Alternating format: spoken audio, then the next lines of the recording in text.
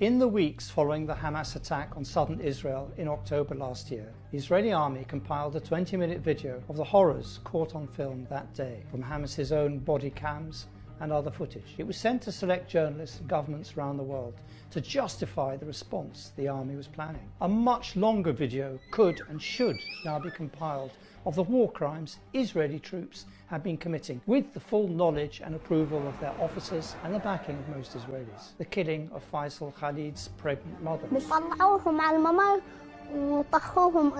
shot in the corridor of the family home along with his father before his eyes. The summary execution of an old man with hearing and speech difficulties, which the soldier boasted to his unit about. All respect, one of them is heard to say. The Flower Massacre, when a tank unit opened fire on crowds rushing an aid convoy. The routine torture, executions, mock and real, of detainees. The soldiers are contemptuous of what the rest of the world thinks, but the world is watching. This war is forcing Israel's backers to see the full horror of the crimes committed in a campaign they called a just war just 5 months ago. The degree of brutality, the glee shown by the soldiers as they go about their daily killing, the starving of Gaza, and then dropping leaflets in Arabic telling Gazans to feed the needy, killing of 400 people at the aid trucks, and then saying they will flood Gaza with aid. All this is too much to sweep under the carpet when this war stops. A Rubicon has been crossed. With this war, Israel has entered the elite rank of pariah states. It is now the ugliest of the ugly. It's impossible to forgive. It cannot be justified, nor can it be put in context. Liberal Zionism has become a contradiction in terms. The Jewish state has quickly become synonymous with Jewish supremacism, the natural heir to white supremacists. They have totally dehumanized the population of Gaza, killed them with contempt in their eyes. This is having a transformational effect on Jewry worldwide, in whose name these crimes are being committed. You can see it in the words of Jonathan Glazer, the British director of the film Zone of Interest, when he said in his Oscar acceptance speech, "Right now we stand here as men who refute their Jewishness and the Holocaust being hijacked by an occupation which has led to conflict for so many innocent people."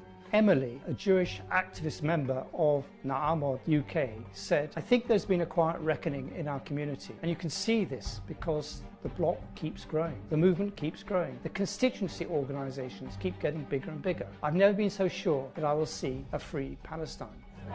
I believe it is my solemn duty, not just as a Jew, but as a human being, to stand here and demand for an immediate ceasefire, and to show that these marches aren't an unsafe place for Jews. There are hundreds of us here today in solidarity with Palestinians. Asked what she thought of her government's attempts to brand these marches as the work of extremists, she said, "I'm very tired of being told how to feel as a Jewish person by people who are not Jewish. I'm tired of being told to feel afraid when these marches are, by and large, peaceful and people are so lovely to us and so thankful to us. It really shows the ignorance of Jewish opinion outside their very small Zionist rabble." Israel and its apologists are right to be scared of what a new generation of American and British Jew is telling them. For the last 8 decades, Israel governed a consensus about its existence, identity and purpose, which is much more powerful than all the arms, money and the migrants the state received. The weaker this consensus becomes, the quicker Israel will lose its influence in the centres of Western power. Already, the compulsive addiction of support for Israel is upending the West's own attempts to explain to itself that it is a moral force, a force for good in the world. Under the British government's latest definition of extremism, it is somehow within British values to support a government that flouts the Genocide Convention, starves the population under occupation, and kills unarmed mothers and children at will. But it is extremist to protest against that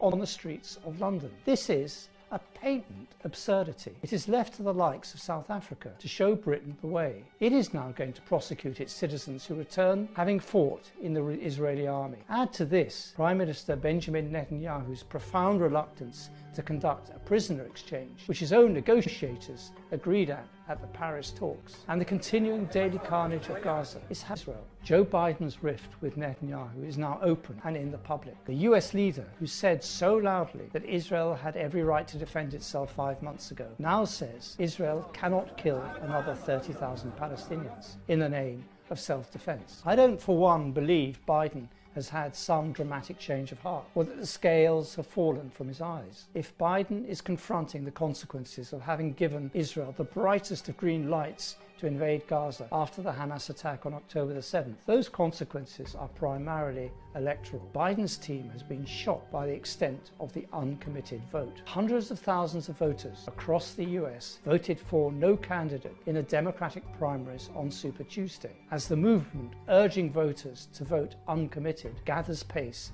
in protest at Biden's handling of the war in Gaza. There is now a deliberate shift in tone. The Senate Majority Leader Chuck Schumer, the highest-ranking Jewish official in the US, was full-throated in his support for Israel after the Hamas attack. Last week he said support for Israel worldwide was at a historic low, and that Israel could not survive if it became a pariah state. The loss of public opinion in the West, the continued case in the International Court of Justice for genocide, the erosion of the Jewish consensus, and the nervousness of Israel's backers, all this points to a strategic defeat for Israel. Even if the war stops now, the price Israel has paid for the reoccupation of Gaza would have been higher than it could possibly have imagined 5 months ago. It has yet to realize this, but it will.